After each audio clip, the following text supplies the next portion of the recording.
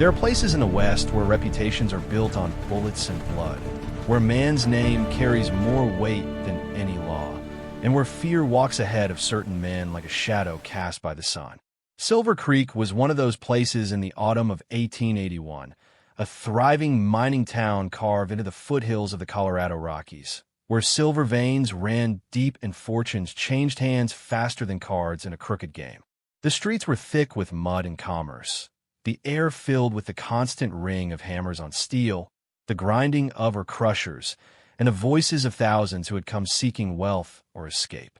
It was a town that never truly slept, where lanterns burned through the night in gambling halls and brothels, where miners worked shifts around the clock, and where violence was as common as dust. Into this restless place came a man whose arrival was felt before he was seen.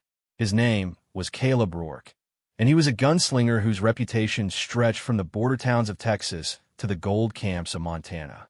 Rourke had killed 17 men in documented encounters, though those who knew him claimed the true number was closer to 30. He had ridden with the Dalton Gang in Missouri, fought as a hired gun in the Lincoln County War, and was wanted in 3 territories for crimes ranging from murder to armed robbery. But warrants meant little in a place like Silver Creek, where the local marshal was more concerned with keeping the silver flowing than enforcing the scattered mandates of territorial law. Rourke knew this, which is why he chose Silver Creek as a place to rest, to spend some of the money that weighed heavy in his saddlebags, and to disappear for a while among the chaos of a boomtown that asked few questions.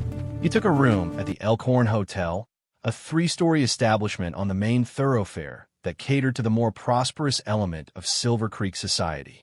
The hotel was neither luxurious nor shabby, but it offered something Rourke valued above comfort. A second-floor corner room with windows overlooking both the street and the alley, and a door that could be barricaded from the inside. He paid for 2 weeks in advance with silver coins that bore the mint marks of a dozen different states, and he made it clear to the proprietor that he was not to be disturbed for any reason. The proprietor, a gaunt man named Emerson who had seen his share of dangerous guests, simply nodded and handed over the key. He had recognized Caleb Rourke the moment he walked through the door, and recognition brought with it the cold understanding that trouble had just checked into room 14. Word of Rourke's presence spread through Silver Creek the way wildfire spreads through dry grass, carried on whispers in saloons, muttered warnings in mining camps, and quiet conversations in the marshal's office. For some, his arrival was a curiosity, another notorious figure passing through a town that saw its share of outlaws and desperados. For others, it was a source of anxiety, a disruption to the fragile order that kept Silver Creek from descending into complete lawlessness. But for a few specific individuals, Caleb Rourke's presence was something else entirely. It was an opportunity, a reckoning, and a chance to settle debts that had nothing to do with money. Among those who took particular interest in Rourke's arrival was a man named Thomas Garrett, a former deputy from Kansas who now worked as a security guard for the Silver Creek Mining Company. Garrett was 42 years old, graying at the temples, with the kind of weathered face that spoke of hard years lived without complaint.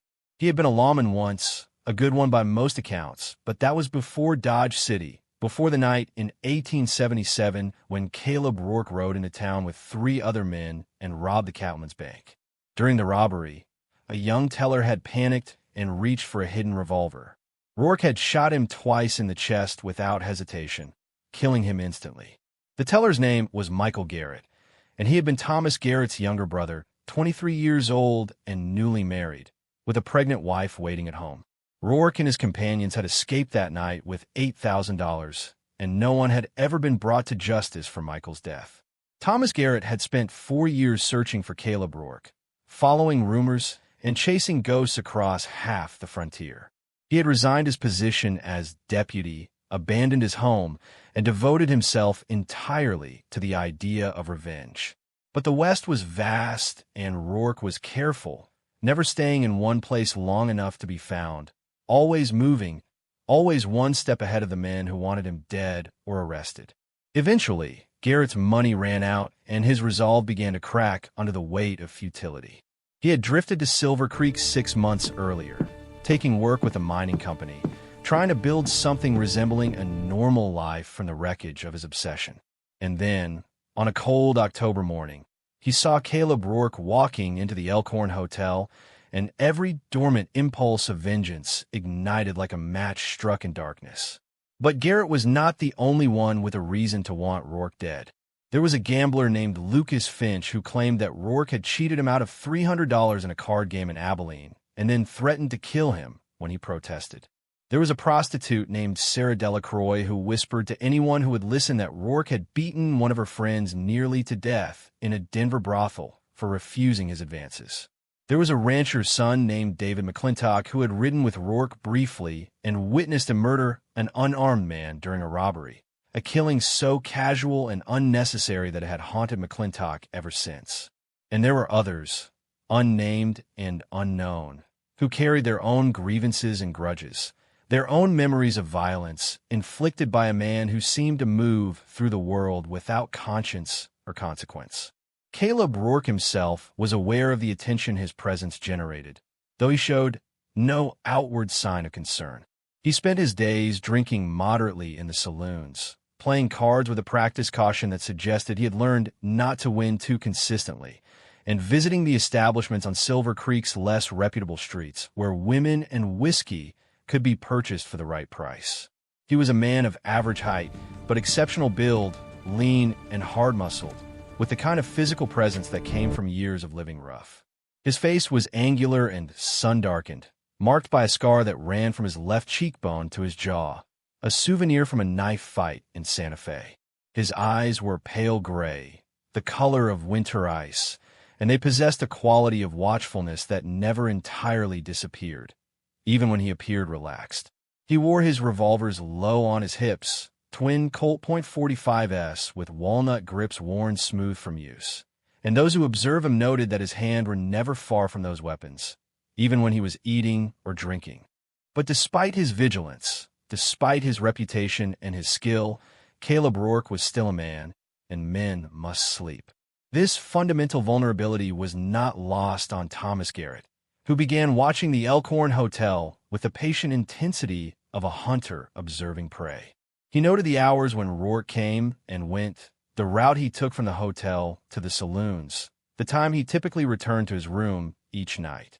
Garrett observed that Rourke always checked his surroundings before entering the hotel, that he walked with his back to walls when possible, that he sat facing doors in every establishment he entered. These were the habits of a man who expected trouble, who had survived this long precisely because he anticipated violence and prepared for it. But Garrett also observed something else. He noticed that Rourke, for all his caution during waking hours, had a trust that his locked door and barricaded room would protect him while he slept. And in that trust, Garrett saw the weakness he had been searching for. The idea of killing a man in his sleep violated something fundamental in Thomas Garrett's conception of justice and honorable conduct.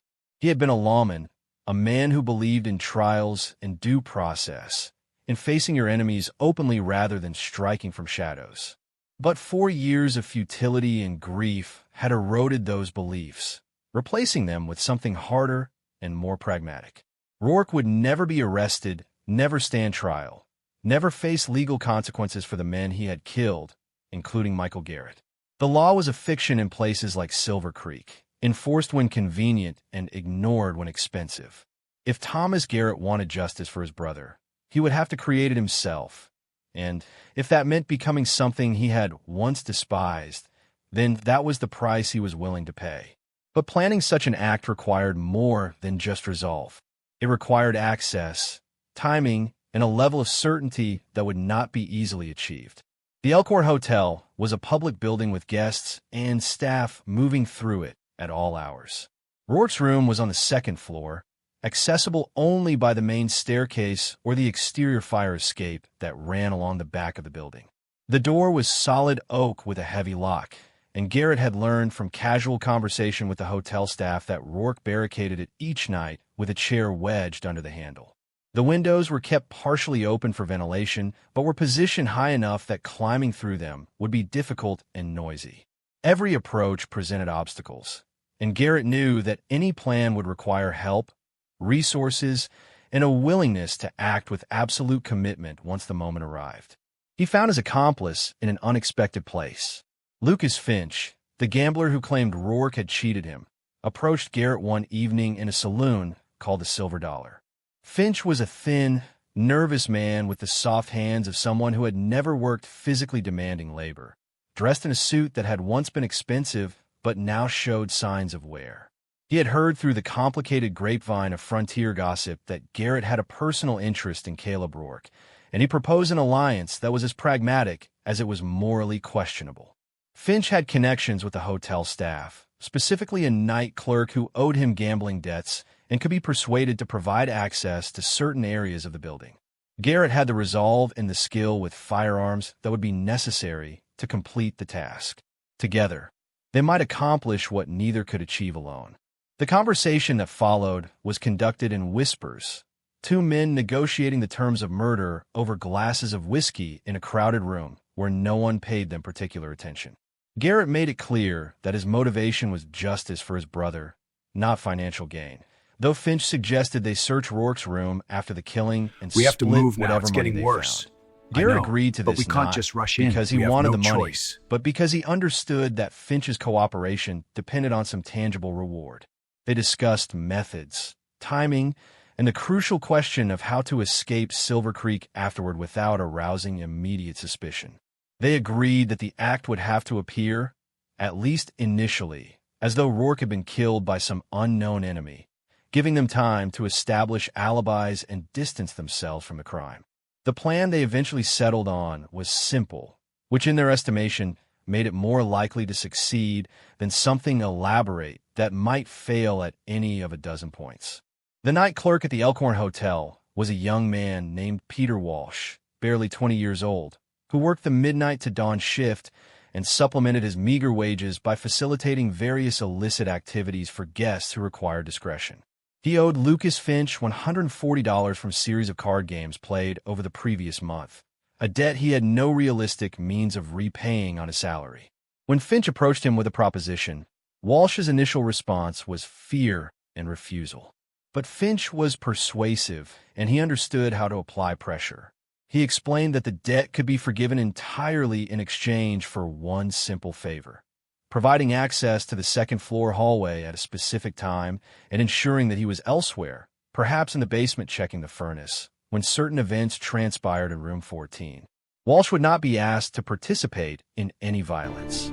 He would simply Rourke's be at the absent Elkhorn. at the Move right in. moment. I see and him. his He's debt armed. would disappear. We got him cornered. After several days of agonizing indecision, Walsh agreed, though the moral weight of his complicity would haunt him for the rest of his life.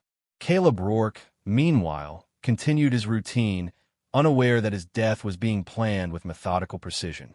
He spent his evenings drinking and gambling, always careful to win modestly and lose occasionally to avoid making enemies over cards. He visited the women on the second floor of the Crystal Palace, a brothel disguised as a theater, where he paid for company and conversation as much as physical intimacy. Those who spoke with him during these weeks noted that he seemed tired in a way that went beyond physical exhaustion, as though the weight of his reputation and his past had become a burden he could no longer fully carry. He spoke little about his history, but in unguarded moments fueled by whiskey, he made oblique references to regrets, to things done that could not be undone, to the understanding that his life could only end in violence. One of the women at the Crystal Palace later recalled that he had told her he never slept deeply anymore, that his dreams were filled with the faces of men he had killed, and that he sometimes wondered if it would be better to simply stop running and let whatever was coming for him finally arrive. But conscious awareness of mortality did not translate into carelessness. Rourke maintained his vigilance, checking his room each night before barricading the door, keeping his revolvers within reach of the bed. You think you can come here and take what's mine? Clothes with his boots Turn around nearby, now or so he face the could move consequences. quickly if awakened by threat. He had survived 17 documented gunfights and countless other violent encounters precisely because he treated every moment as potentially dangerous, because he never fully relaxed, because he understood that the moment he let his guard down would be the moment someone killed him. And yet, for all his caution, he failed to perceive the specific nature of the threat that was gathering in the shadows of Silver Creek. He watched for rival gunslingers, for bounty hunters, for lawmen with warrants. He did not anticipate that his death would come not from fair fight, but from men willing to abandon the code of the West that demanded enemies face each other openly. The night selected for the killing was October 23rd, 1881, chosen because it fell on a Saturday when the town would be at its most chaotic and distracted. The saloons would be crowded with miners spending their weekly wages, the streets filled with drunken men, and the violence that inevitably accompanied frontier revelry. A gunshot in the night, even multiple gunshots, would attract less immediate attention than on a quieter evening, and the confusion would provide cover for escape and the construction of alibis.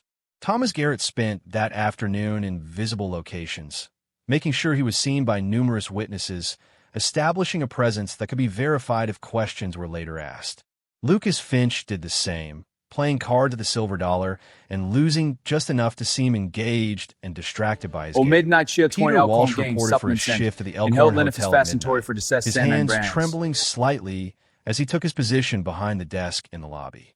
Caleb Rourke returned to the hotel shortly after 1 in the morning, walking with the steady gait of a man who had been drinking but remained in control of his faculties.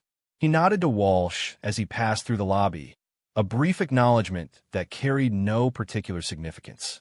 Walsh watched him climb the stairs to the second floor, heard the sound of the key in the lock, the opening and closing of the door to room 14.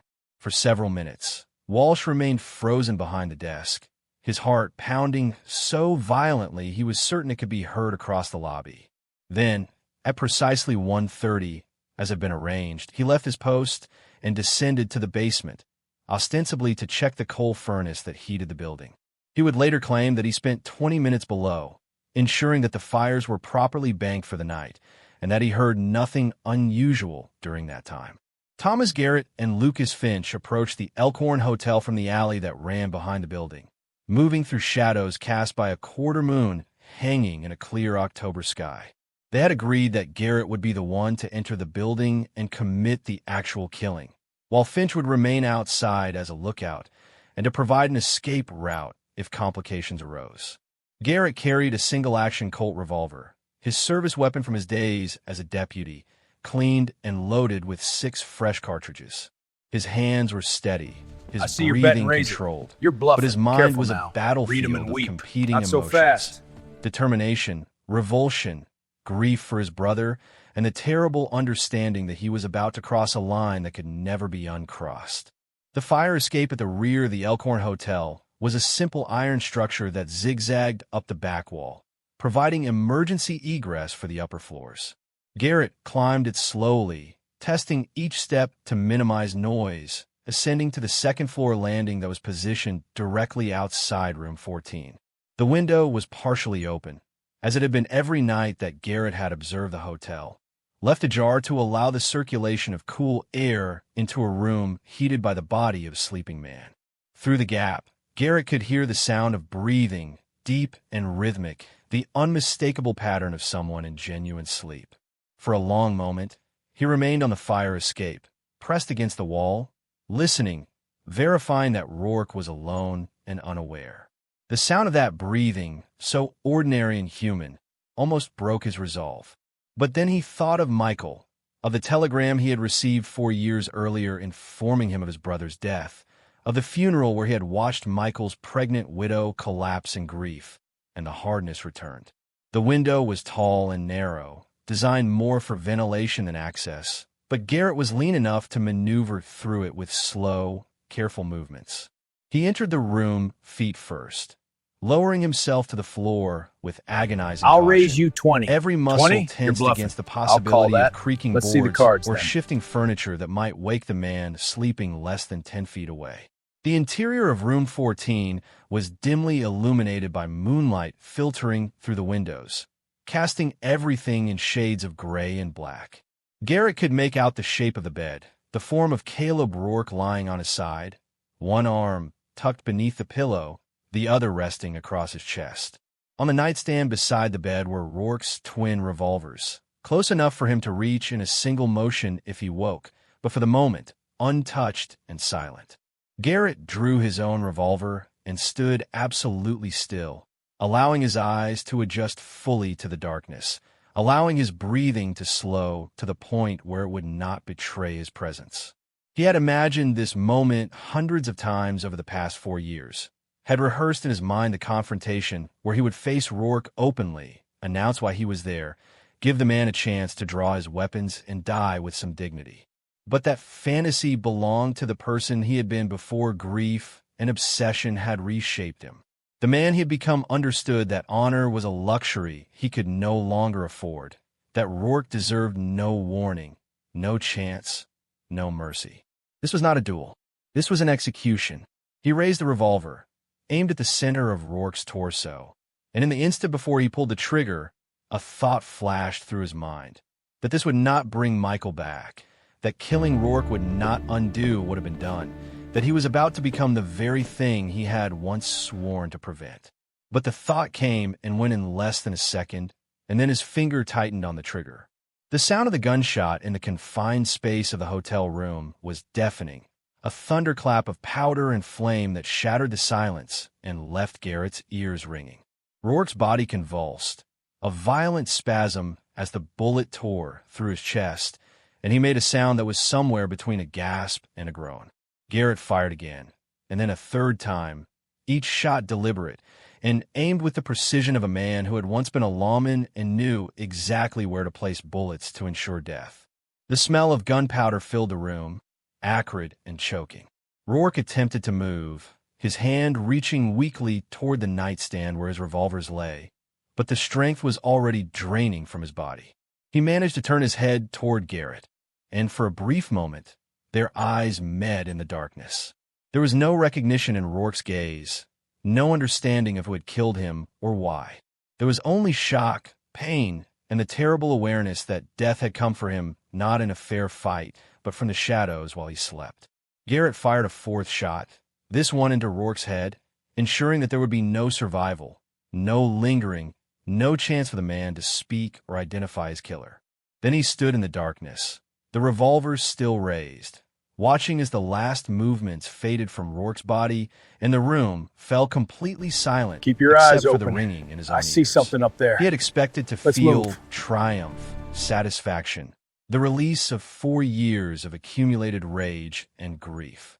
Instead, he felt hollow, as though something essential had been carved out of him and nothing had rushed in to fill the void. The sound of shouting reached him from somewhere in the hotel, voices raised in alarm, footsteps pounding in corridors. The gunshots had been heard, and people were responding. Garrett moved quickly, crossing to the window through which he had entered, climbing back onto the fire escape, descending with reckless speed that nearly sent him tumbling to the alley below.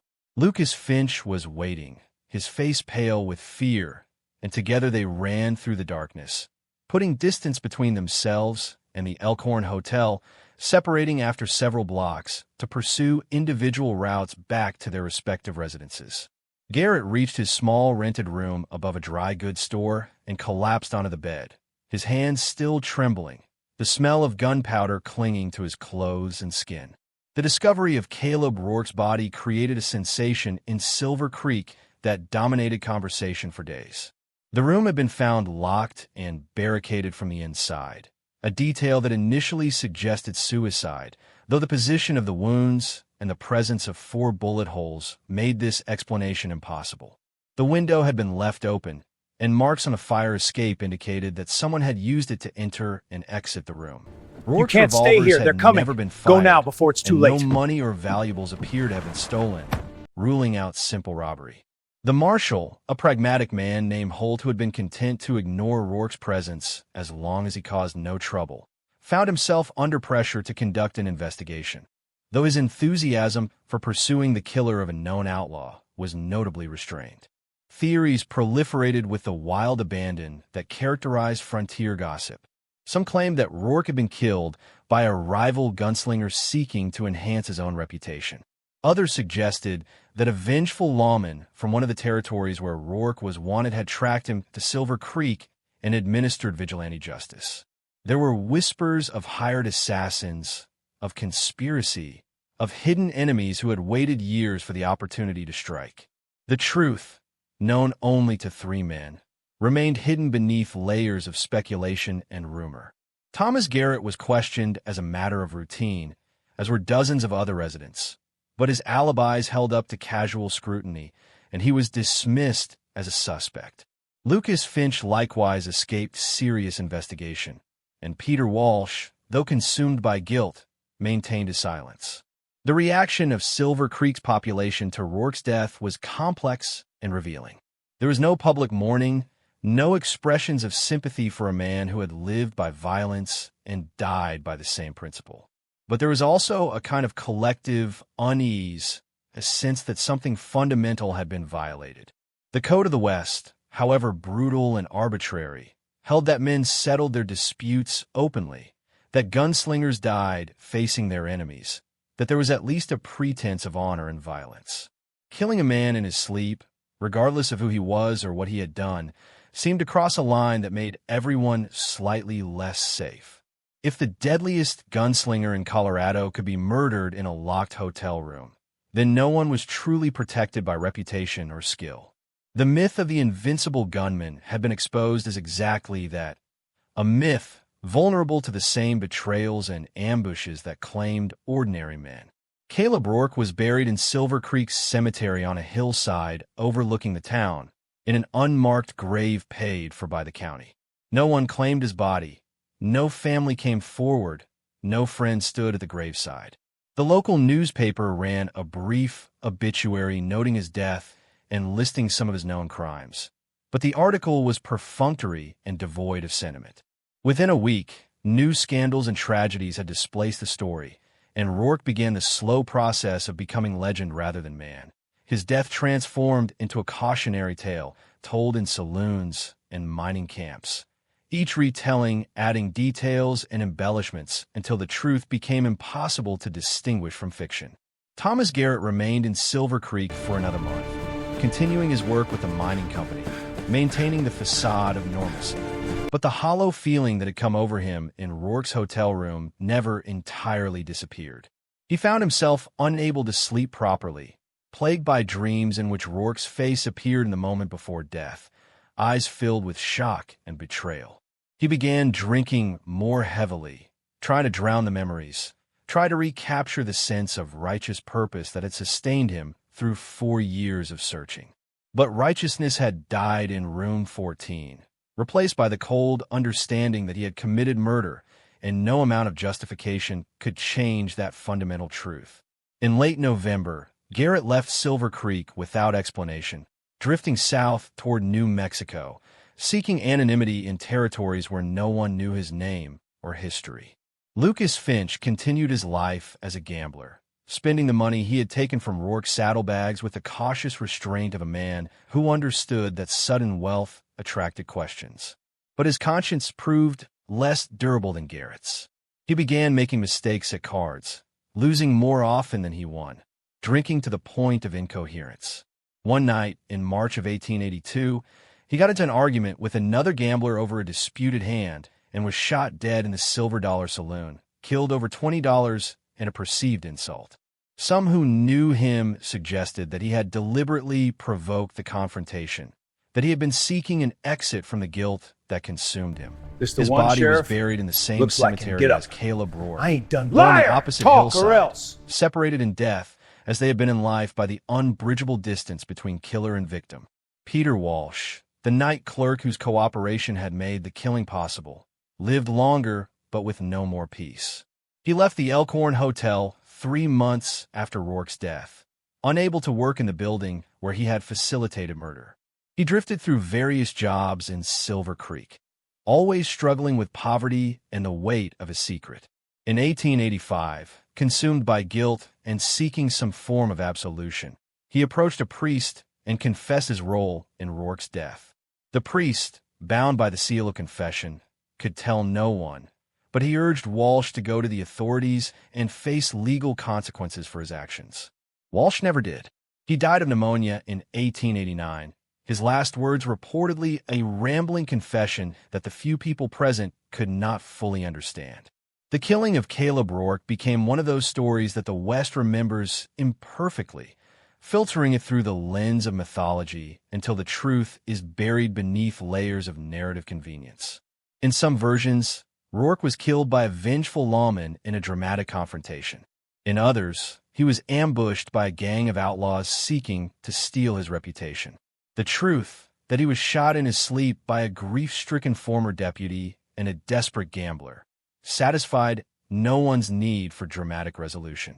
It was too sordid, too morally complicated, too reflective of the actual violence that characterized the frontier, which was rarely noble or clean, but instead brutal, pragmatic, and motivated by emotions too messy to fit comfortably into legend.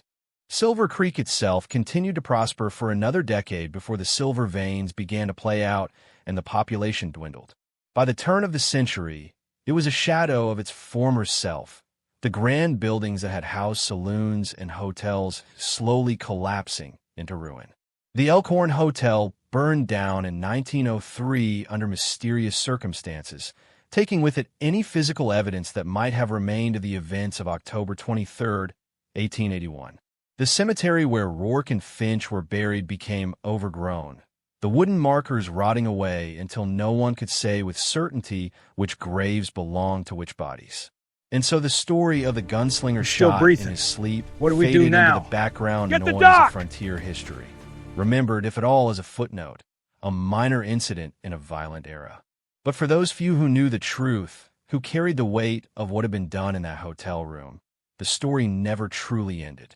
It lived in the sleepless nights and guilty consciences of men who had crossed a line they could never uncross, who had discovered that vengeance provided no peace and that killing, even when justified by grief or justified by the victim's crimes, changes the killer in ways that cannot be undone. The West built legends around men like Caleb Rourke, transforming them into figures larger than life, symbols of frontier freedom and masculine violence. But the West also killed those men, often in ways that contradicted the mythology, in ambushes and backshootings and midnight murders that revealed the ugly truth beneath the romantic veneer. Rourke was no hero, but neither were the men who killed him. They were all products of a time and place where violence was common currency and human life was cheaper than silver, or where justice was whatever you could enforce with a gun, and where the line between lawman and murderer was often invisible. In the end, what remains is not the truth, but the story, shaped and reshaped by those who tell it, simplified for easier consumption, stripped of moral complexity in favor of clear heroes and villains. The West remembers that Caleb Rourke died in Silver Creek in the autumn of 1881, but it has forgotten the trembling hands of Thomas Garrett, the guilt-racked conscience of Peter Walsh, the desperate self-destruction of Lucas Finch. It has forgotten that legends die like ordinary men, that the deadliest gunslinger must eventually sleep, and that when he does, he is as vulnerable as anyone else to the violence he spent his life inflicting on others.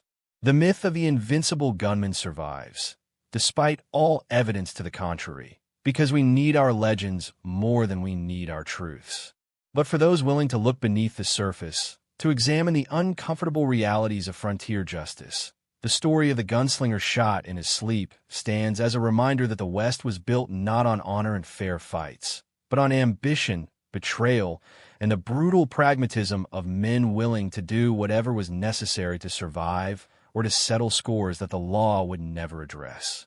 And in that truth, however uncomfortable, lies a more honest understanding of the American frontier than any legend could ever provide.